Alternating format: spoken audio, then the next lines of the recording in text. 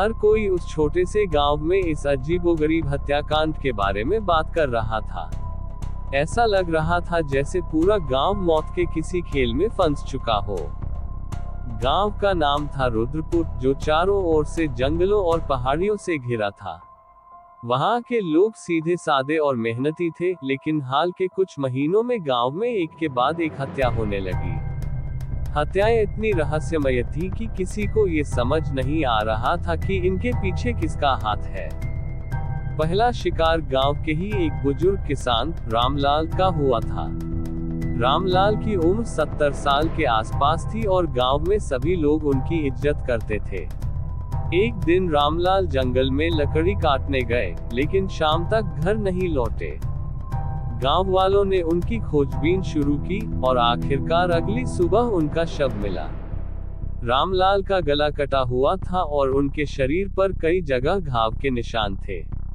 सबसे अजीब बात यह थी कि उनके हाथ में एक काले रंग का माचिस का डिब्बा था, जिसमें एक अजीब सा निशान बना हुआ था, एक त्रिकोण जिसके बीच में एक आंख बनी थी। रामलाल की हत्या के बाद गांव में सन्नाटा पसर गया था, लेकिन ये सन्नाटा ज्यादा देर तक नहीं टिक पाया, क्योंकि कुछ हफ्तों बाद दूसरी हत्या हुई। इस बार गांव के एक युवक रवि का शव उसी जंगल के पास मिला। रवि का शरीर भी उसी तरह से क्षत विक्षत था और उसके पास भी वही काले रंग का माचिस का डिब्बा पड़ा हुआ था। लोग अब बुरी तरह डर गए थे, लेकिन किसी को कुछ समझ नहीं आ रहा था। गांव में बढ़ते डर को देखते हुए पुलिस ने केस की जांच शुरू की। इंस्पेक्टर राकेश को ये केस सौंपा गया, जो अपने कड़े मिजाज के लिए मशहूर थे। उन्होंने गांव के हर कोने की तलाशी ली, हर व्यक्ति से पूछताछ की, लेकिन कोई ठोस सबूत नहीं मिला। इंस्पेक्टर राकेश को ये पूरा मामला एक रिचुअल मर्डर या तंत्र मंत्र का खेल लगा, क्योंकि हर हत्याकांड में एक ही समानता थी, माचिस का काला डिब्बा और उस पर बना अजीब सा त्रिकोण। जांच के दौरान ही 2 और हत्याएं हो गईं। तीसरी हत्या एक महिला सीता देवी की हुई और चौथी एक युवा लड़की कविता की। दोनों मामलों में वही काला माचिस का डिब्बा मिला और उन पर एक जैसा निशान था। अब तो इंस्पेक्टर राकेश भी अचंभित हो गए थे। हर बार शव जंगल के पास ही मिलता और हर बार वही निशान, एक त्रिकोण और बीच में एक आंख। इंस्पेक्टर राकेश ने एक पुरानी किताब में उस त्रिकोण और आंख के निशान के बारे में पढ़ा। वह निशान किसी गुप्त संगठन का प्रतीक था, जो सदियों पहले इंसानों की बलि चढ़ाता था।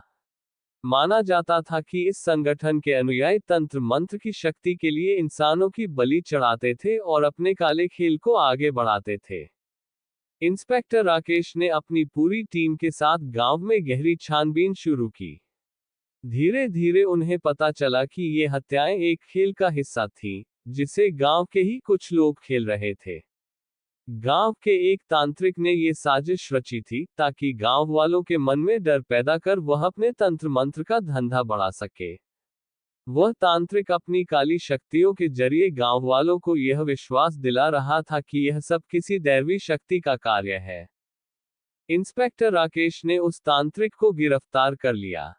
पुलिस ने उस तांत्रिक के अड्डे से और भी कई काले माचिस के डिब्बे और मानव बलि के उपकरण बरामद किए।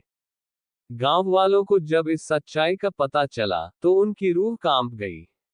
लेकिन अब उन्हें यह एहसास हो गया था कि असली खेल मौत का नहीं, बल्कि डर का था, जिसे तांत्रिक ने उनके दिमाग में बिठा दिया था। उस तांत्रिक की गिरफ्तारी के बाद गांव में एक बार फिर शांति लौट आए। रुद्रपुर के लोग अब भी उस काले माचिस के डिब्बे और उसके निशान को भूल नहीं पाए थे। इंस्पेक्टर राकेश के साहसिक प्रयासों ने इस मौत के खेल को खत्म कर दिया, लेकिन गांव वाले आज भी उस भयानक दौर को याद कर सिहर उठते हैं। कहानी का संदेश: कभी कभी हमारा डर ही हमारे साथ एक खेल खेलता है।